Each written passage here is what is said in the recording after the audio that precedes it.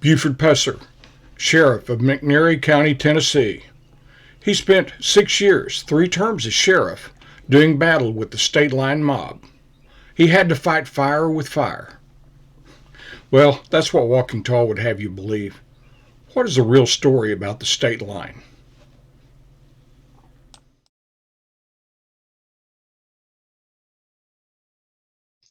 Hi, I'm Mike Elam, and this is Buford Pusser, The Other Story.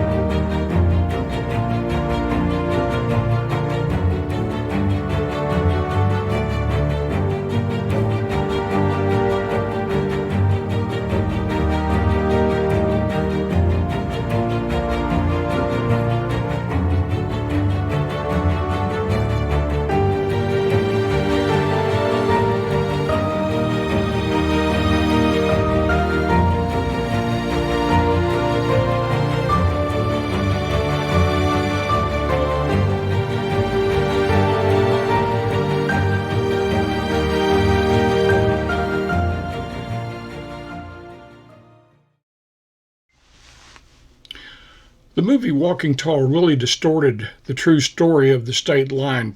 A lot of people don't understand that under Toehead White, the White Iris was only open for about the first 10 months of Buford Pusser's first term as sheriff.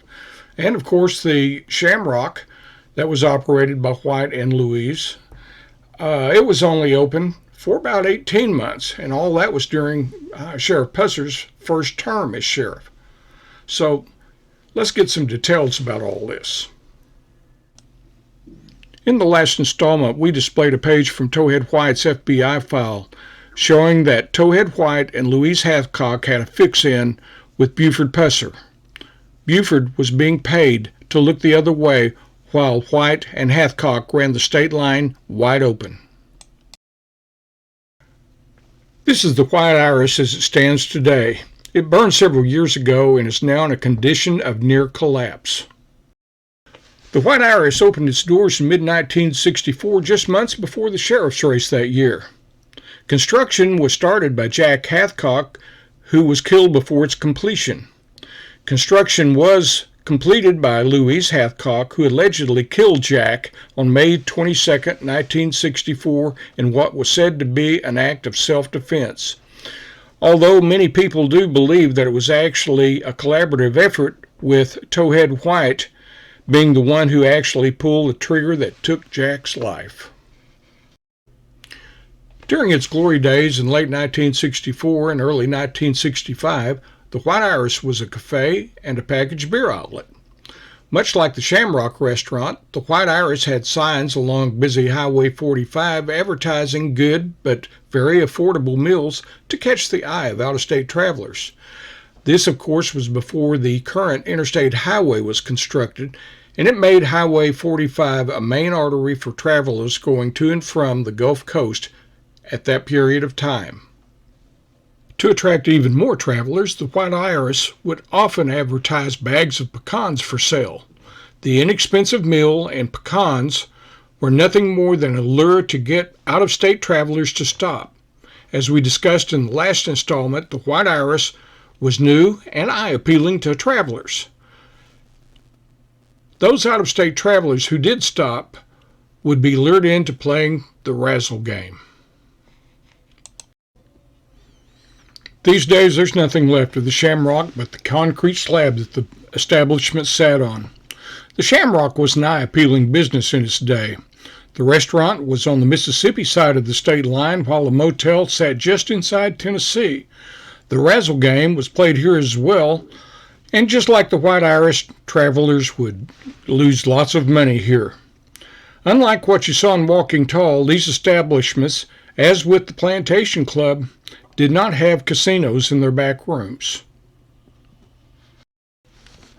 The main form of gambling actually played at the state line was the razzle game. There are various forms and names of this game, which can be played with either dice or marbles, with counts compared to numbers on a board or sheet of simple cardboard. While it appears to be a simple game, it is statistically impossible to win. If you'd like to help us keep new videos coming, please hit like, comment, share, or subscribe. Carl Douglas Toehead White, who Jack originally hired back in 1957, returned to the state line after serving 4 years in Mississippi's Parchman State Prison. With ambitions to run the state line for himself, White soon began romancing the much older Louise Hathcock. Before long, Jack Hathcock, who solely owned all the state line properties, was allegedly killed by his ex-wife Louise in an alleged case of self-defense. Many believe that it was actually White who pulled the trigger and took Jack's life. It was after Jack's death that the razzle game was introduced at the state line. Buford Pusser became Sheriff of McNairy County on September 1, 1964. As was shown in an earlier video, the only time that Buford ever arrested Louise Hathcock was on December 27, 1965, when the state line was raided by multiple law enforcement agencies from Tennessee and Mississippi in a concerted effort to control the vice at the state line. Pusser was intentionally uninformed of the purpose of the raid. Thus, he didn't have an opportunity to warn White and Hathcock of the impending event.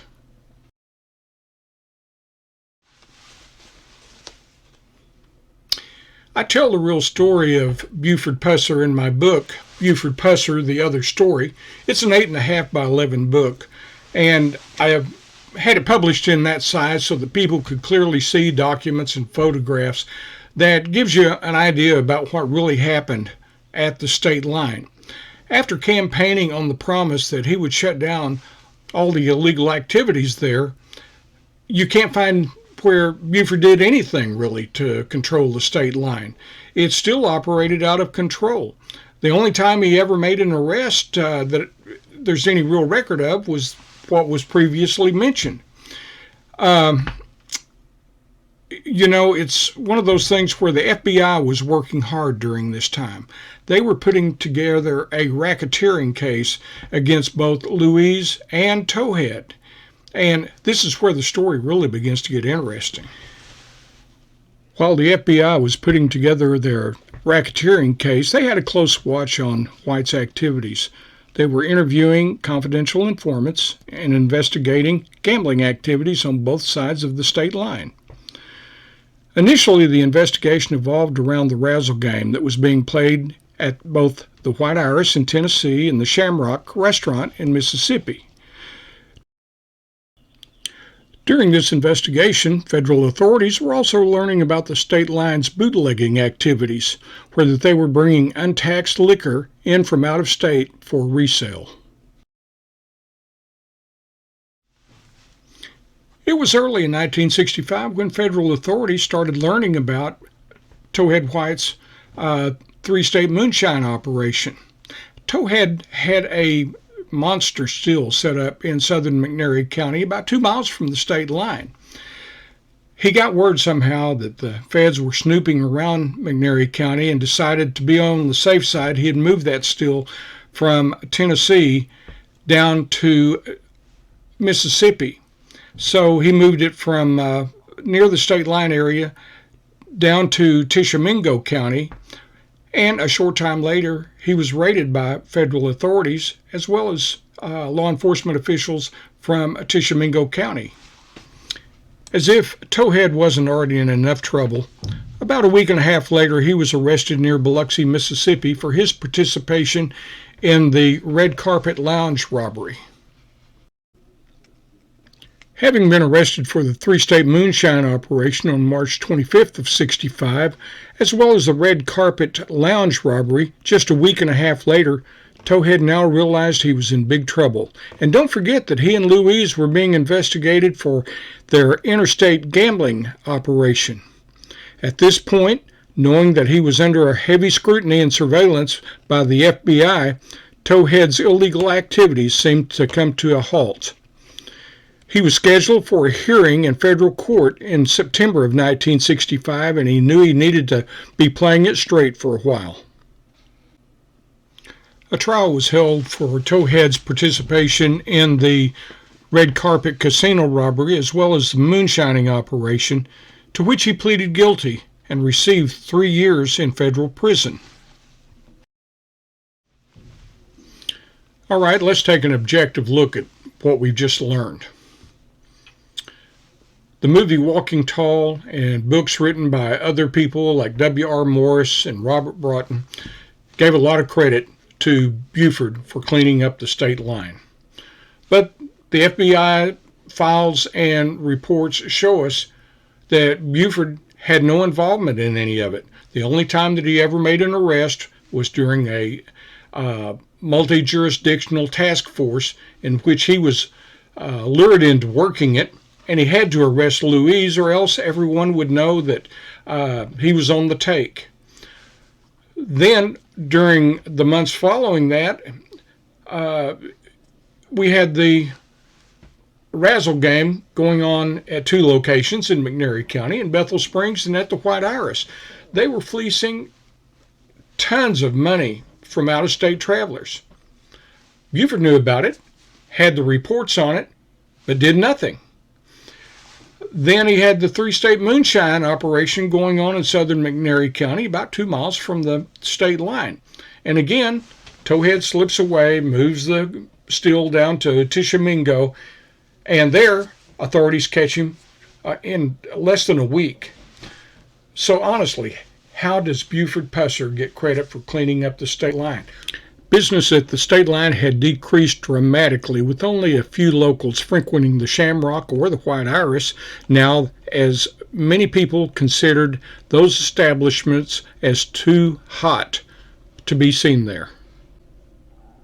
As we covered in an earlier installment, Sheriff Pusser killed Louise Hathcock approximately 5 months after Toehead was sentenced to prison in a highly questionable shootout at the Shamrock Motel. FBI reports tell us that after Louise Hathcock's death, Toehead, while in prison, turned down an opportunity to go in with W.O. Hathcock and Howard Bunch of Corinth in purchasing the state line properties after the IRS seized the Jack Hathcock estate for non-payment of taxes. FBI files reflect that White turned down the offer of owning a third interest in the state line properties, as he had no ambitions to run such a business again. FBI files reflect that a short time after purchasing the state line properties, W.O. Hathcock and Howard Bunch placed the complex up for sale. An FBI report dated March 24th of 1967 states that U.S. Attorney H.M. Ray had no plans to develop a prosecutable case against Toehead White for gambling and racketeering, as White was already in federal prison. Ray did ask the FBI to keep him informed about the activities of White's former criminal associates. Well, there you have it. The movie Walking Tall, while it was very entertaining, one of my personal favorites of all time, we just know it wasn't a truthful movie. It was full of fiction, with characters and locations that didn't make any relation to the real story. We had Buell Jaggers running the Lucky Spot. We had Callie Hacker running the Pine Ridge Club.